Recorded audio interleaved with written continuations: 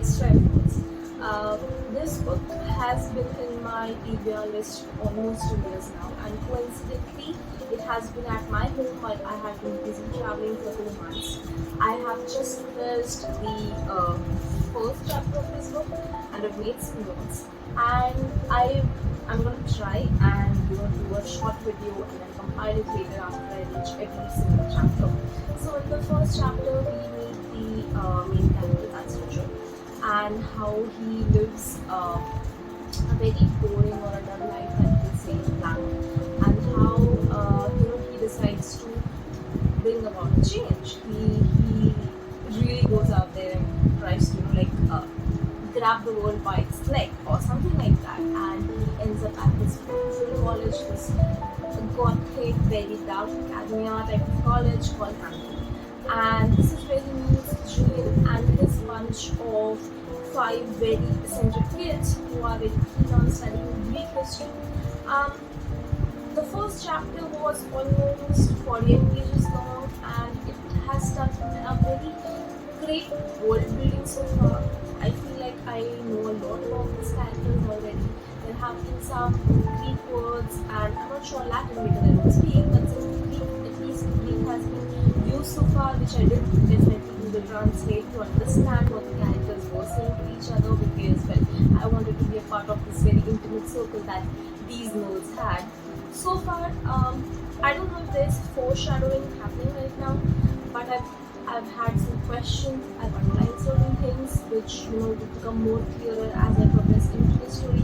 But so far, chapter 1 ends on a note where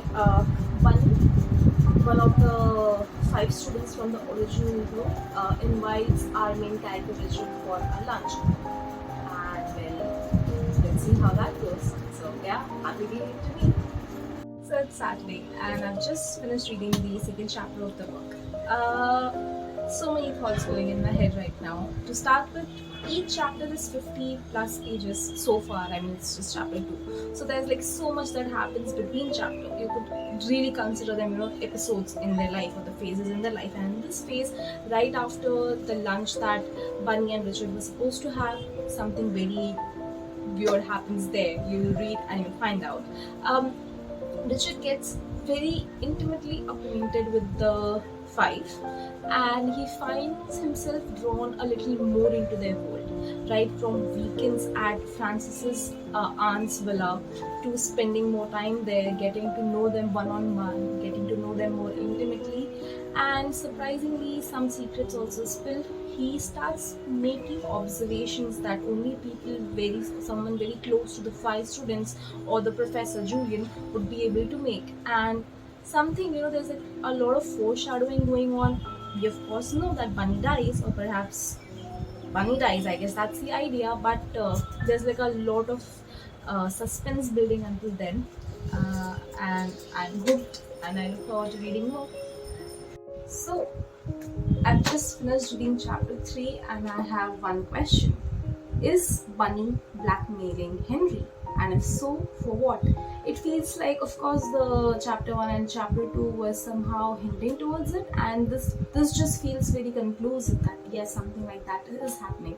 Henry has a secret, or maybe the group and Julian have a secret, and Bunny knows, and well, 2 people can hold a secret only if one of them is dead. So, and of course, Bunny ends up dead.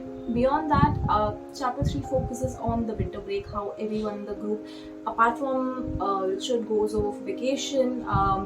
Henry and Bunny go to Italy. The twins go to their grandmother's, and I don't remember where Francis goes, but yeah, someplace exotic for sure. And Richard winds up alone in Hampden.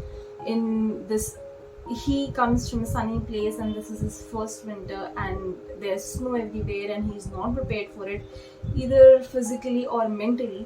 And well, he actually sort of ends up going into a mania. I wouldn't say that the chapters dragged along a bit, but it does tell us a lot about where Richard, our main lead, perhaps comes from. And of course, everything ties up neatly, and I'm left with the question that is Bunny trying to yeah, what does Bunny know? What's the secret? Let's find out.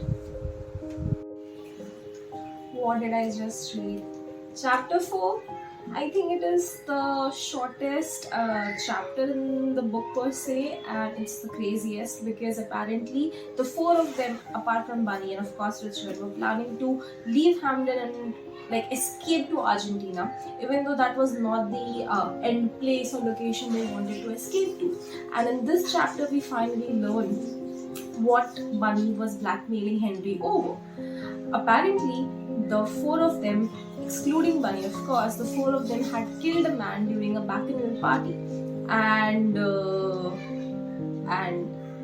that's it. That's the end of chapter 5. Also, the end of book 1. Now I've come to realize that there are two parts to this book, and book 1 ends here because now we know how Bunny was killed, why Bunny was killed, and of course, Bunny's psychosis, if you could say that. He went mad through not his sins but those of his friends, and he tried to rationalize in the way only Bunny could. And of course, when all logic failed, in a very characteristic Bunny way, he spiraled and boiled, he spiraled. This is when the group, apart from Bunny, now it's a group of 5 that excludes Bunny and accepts Richards and invites them to these secret getaways and meetings and get-togethers to hatch a plan to how subtly get a hold of this situation. A situation where Bunny is in a position to, really put everyone behind the bars. Not without repercussions for himself, because apparently the murder happened somewhere in November. And now it's April and he hasn't said a word so far. So a lot of things go on here. It's very long. I wouldn't say that the chapter drags because there is a lot of explanation to everything that has been happening in the book so far. We get to know the characters more intimately, and I for one am just surprised in the most delicious of ways. And I've already started reading the 6th chapter. I was a bit late to recording this because I really couldn't stop myself from knowing what happens next, and I'm just excited to read more. Yeah, 628 pages and I'm done with the secret history. Last night I did something that I haven't done for years. I actually ended up finishing reading this book under my mobile's torchlight. That is how engaging the final few pages of this book got. To be very honest, chapter 6 to 8, or let's say between the end of 5th chapter to the 7th chapter, the book kind of drags along, and so I did not find it in myself to sit down and record chapter by chapter viewpoint of it, because at one point I was like, what's happening? Bunny is dead. These guys are planning his funeral with his parents, and there's this entire question of morality now coming in our main character's mind, in Richard's mind, about how he's now forever connected to these people through the sins they've done. Simple as that. They've murdered someone.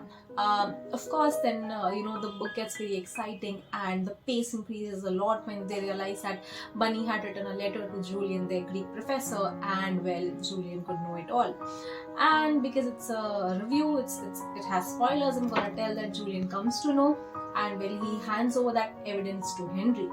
Simple as that. When you read it, you will understand how weird that feels, but it's okay. As a reader, you kind of expected things to perhaps turn in the favor of your main characters. There are certain trigger warnings associated with the book that I'm not going to repeat right now, because they would also act as spoilers, a bigger spoiler than the one before. So I'm not going to repeat it, but there are certain secrets that are revealed towards the end of the book. Richard realizes finally that all these people that he had pictured in his mind were just the beautiful images that he created in his mind for these 5 students and the professor, whereas in reality they were as much as human as he would, in that sense. The book ends and it just ends, It's like the book makes you feel smart and foolish at the same time. It's like you are part of the secret, which at the end doesn't feel like a secret anymore, because you go through all the whirlwind of emotions that the main character goes. All in all, I would say that this was a very interesting read. I would love to revisit this book in a few years of time, so that I could look at it from a different lens. I could reread all the passages I've highlighted, all the questions that I had, in the first half or the first part of the book, that were of course subsequently answered in the second part. Some guesses were right, and some things I could not have even imagined that ended up happening in this book, because it is that kind of book. And yeah, that is it. I've finished reading The Secret History by Donna Tartt, and my copy of Babel by R.F. Kuang is on its way. I think this is the year of Dark Academia for me. Keep reading.